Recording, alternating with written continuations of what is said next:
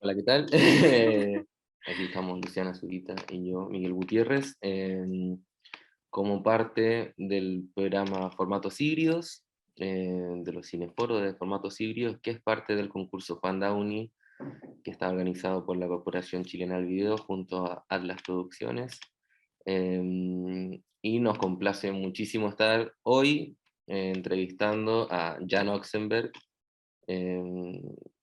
porque vamos a estar exhibiendo online el mediometraje, una comedia en 6 actos antinaturales o innaturales, y Gracias y Buenas Noches, que es un gran largometraje. Unnatural Acts. Unnatural, yes. Así que eso, y vamos ahora a la entrevista. Bueno, muchísimas gracias por estar acá. Nos pone muy contentos poder conversar contigo sobre tus películas, que nos gustaron muchísimo. Y queríamos saber sobre el cortometraje, mediometraje, una comedia en 6 actos antinaturales. ¿Cómo se construye esta idea y esta mezcla entre cine mudo, comedia romántica y musical, donde tú también participas actuando? ¿Cómo surge esa idea de cortometraje?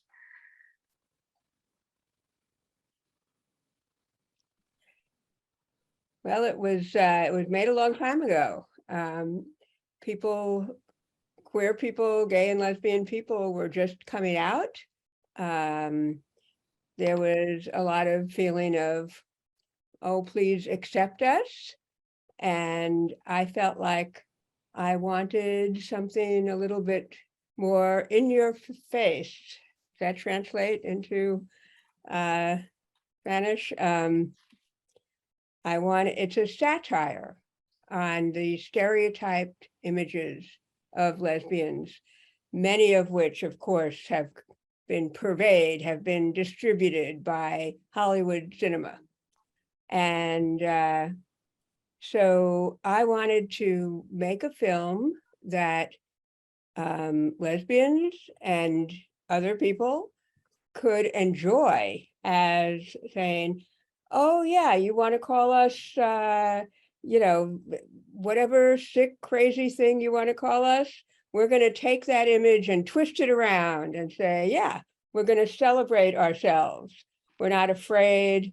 We're celebrating our love and our culture.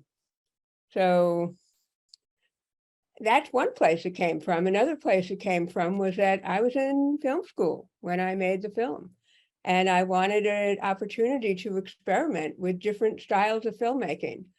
I had some wonderful teachers who, had made beautiful Hollywood movies. The Sweet Smell of Success, the director who made that film, Alexander McKendrick, was head of the film department at Cal Arts. And so each of the 6 Unnatural Acts is shot in the style of a different type of Hollywood film.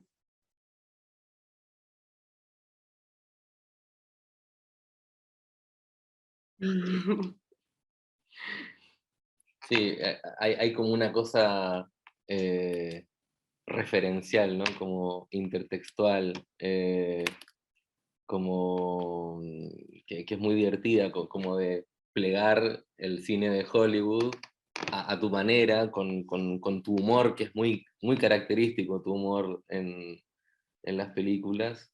A mí me resultó divertidísimo. Era increíble lo mucho que nos reímos. I'm thrilled because, yes, indeed, the whole point of it was to be funny, to be entertaining, not just earnest. ¿Y la recepción cómo fue? ¿La exhibiste en qué tipo de cine? ¿O cómo fue eso? ¿Pudiste ver cómo la gente, cómo recibía esta película también? It was, in the mid-70s, when the film was made, like a million years ago, there was a community forming that came partly out of the women's movement and partly out of the gay movement.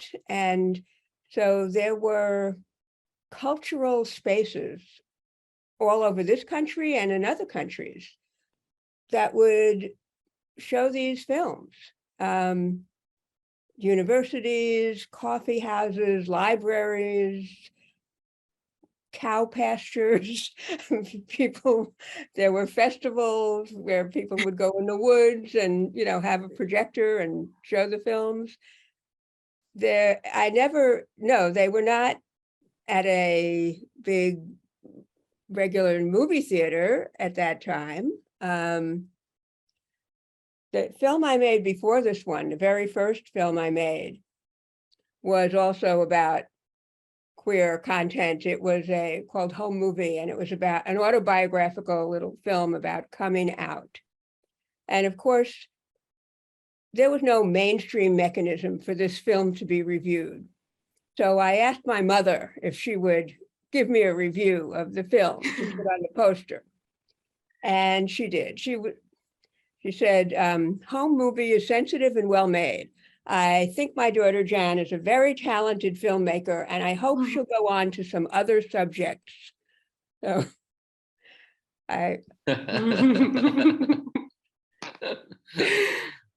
sadly, Mom, I stuck with the same subject for a while, but she became a big champion.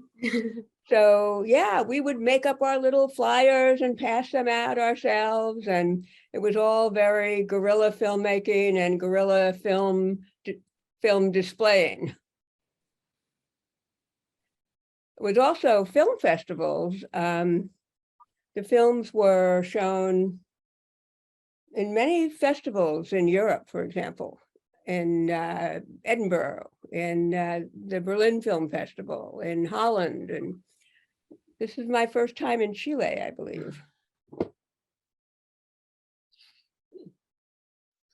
Así es. Qué emoción. Y, bueno, estuve averiguando que participaste del programa de arte feminista del Instituto de las Artes de California y ahí exhibiste una obra de 3 mujeres y pensaba de pronto que por ahí tenía igual alguna relación con este cortometraje, como pasó así, vino de alguna manera como que desde el inicio pensaste en esta posibilidad de generar actos o como encuentros cómicos de este tipo, o sea, como que hay un antecedente ahí, o... I'm not sure I totally understand the question.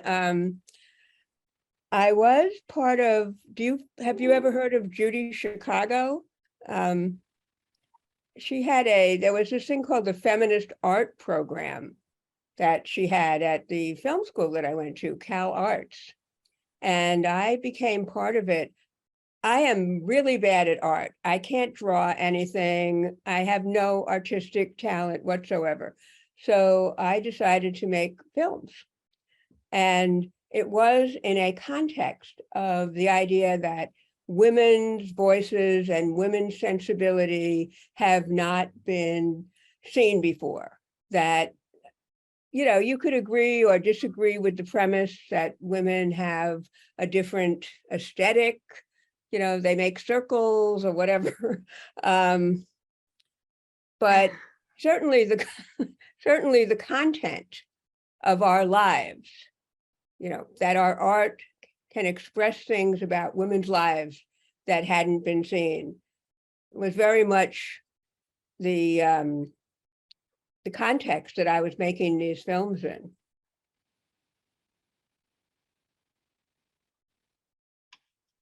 Buenísimo, sí. Y para pasar a Thank You and Good Night,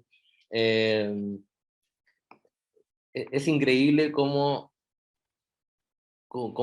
está toda tu familia, digamos, entrometida en la película, y nos gustaría saber cómo fue ese proceso de negociación con tu familia, o sea, con tu hermano, con tu madre, hubo peleas, hubo discusiones, aceptaron de inmediato o no, todas esas cosas, me gustaría saber.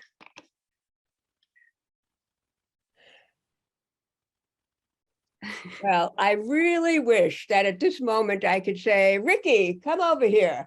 And because, you know, it's, my family was, you know, it was very authentic.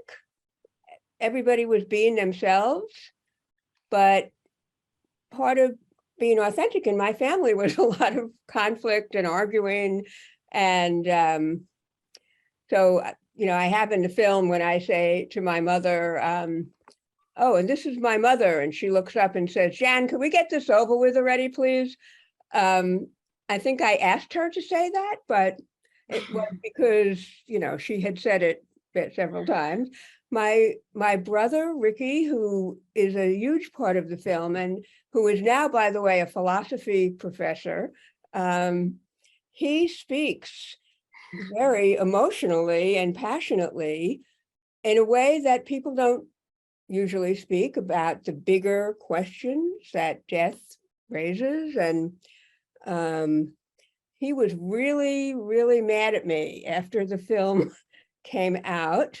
He thought the film was great, but he felt that I was kind of making fun of him. And it's true that the cutout character does shoot herself in the head while he's talking. Okay, I have to admit that I got a laugh at his expense. And for a while he was upset, and that upset me. But I'm very happy that with Sandra Schulberg and Indie Collect and the re-release of the film, and Richard Brody wrote a beautiful review of it in the New Yorker that talked a lot about the depth and profundity of what my brother said, and that healed things. He showed the movie to his son, my nephew, Gabriel, and he's like, can't we watch the Batman movie? But I think he appreciated it. And so, yeah, I didn't have to beg anyone in my family to be in it. But on the other hand, you should know that I did not have any money to make this film. I had not planned to make a film about my grandmother dying and my family. That was the last thing I would have thought I was doing. It just happened step by step. So we did not have a documentary crew like 24/7 hovering around the family, filming everything. It wasn't like that at all. There were very specific times that we filmed, and just about every scene we filmed, there is a piece of it in the documentary footage in the film. So, did that answer your question? You have to be willing to, I mean, in my view, if you're going to make a movie about your family, you have to be willing to be honest. So you have to be willing to either do what it takes to get your family or whoever the subject is to want to be in it, or you have to be willing to tolerate whatever controversy comes from it. I'm just thinking to myself, do I regret that I had the cutout shoot herself and hang herself while my brother was talking? I'm not sure. Maybe I shouldn't have done that, but.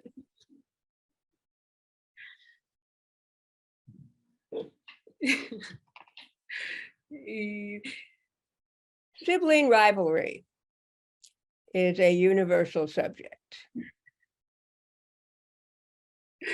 Y la idea de la ilustración, que también nos llamaba mucho la atención en la película, que también la hacía muy divertida, como verte a ti de niña, pero también verte a ti de adulta, como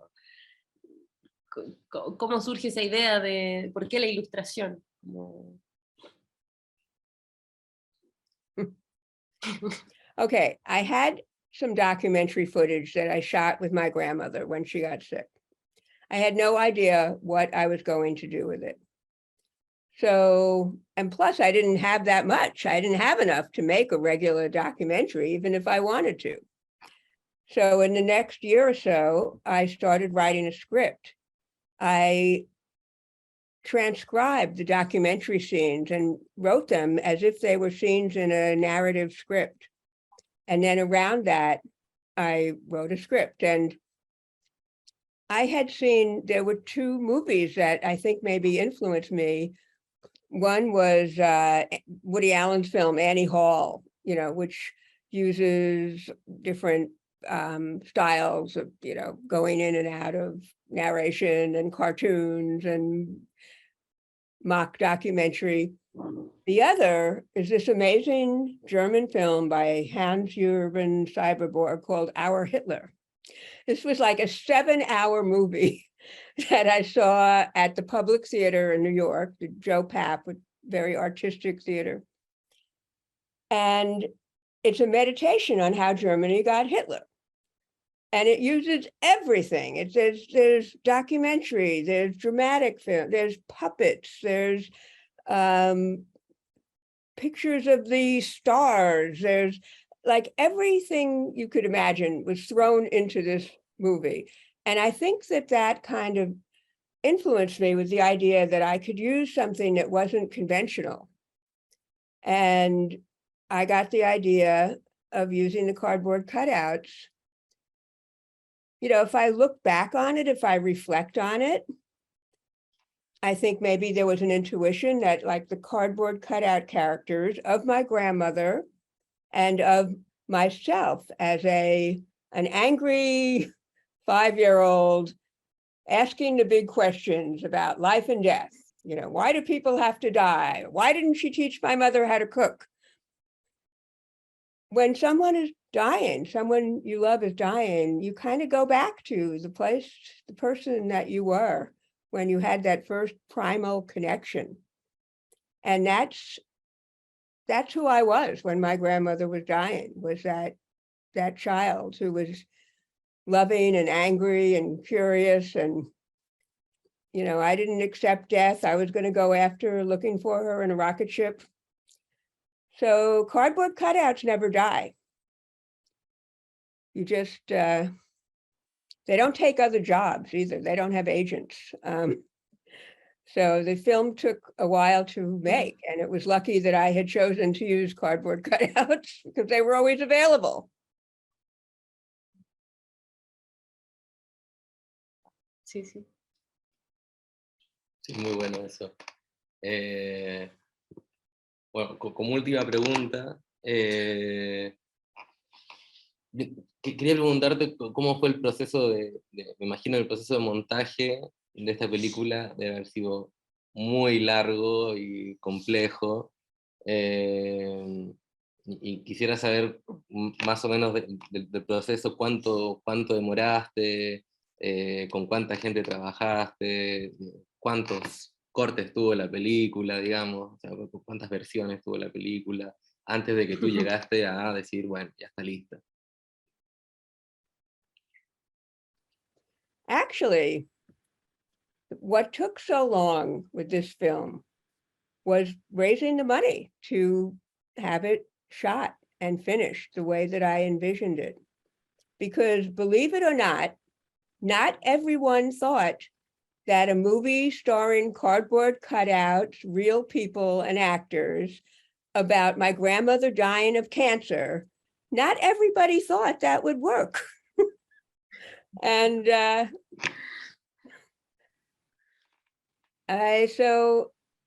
would shoot a little bit and then try to raise more money. So that was the thing that really took a long time. And finally, American Playhouse and POV in public television, which was financing a lot of independent films at that time. This was the first production. One of them was making fiction films and one of them was making documentary films.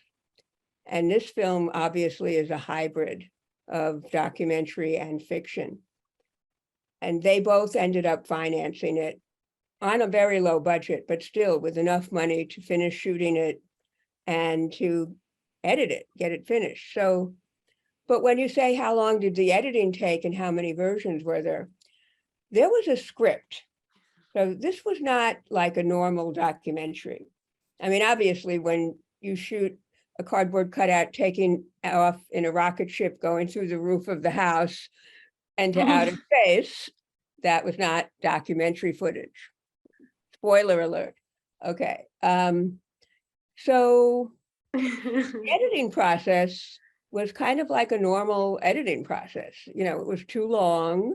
I remember I went into the editing room and one weekend and cut out 20 minutes, you know, because I knew that it needed to move along. And getting the tone right, there's some difficult footage in the movie because I decided to be authentic and honest about what was happening to my grandmother. And so, you know, the film has a lot of different tones in it. Some of it is funny, some of it is very sad, some of it is hard to watch, but real. And so the editing, you know, it was really a matter of following the script and then seeing how to tighten it to make it the best version of the script. Y la última.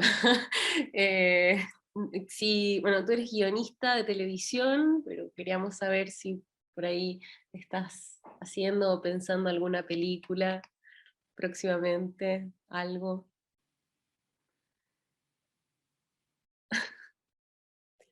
Well, the great thing, since the Criterion Collection acquired these films, and I just got done working on 2 TV shows. I worked on a teenage murder mystery that we shot in Auckland called One of Us is Lying, that just got released. And then I just got back from Savannah, Georgia, shooting an Apple limited series called Manhunt about the hunt for John Wilkes Booth, who assassinated Abraham Lincoln.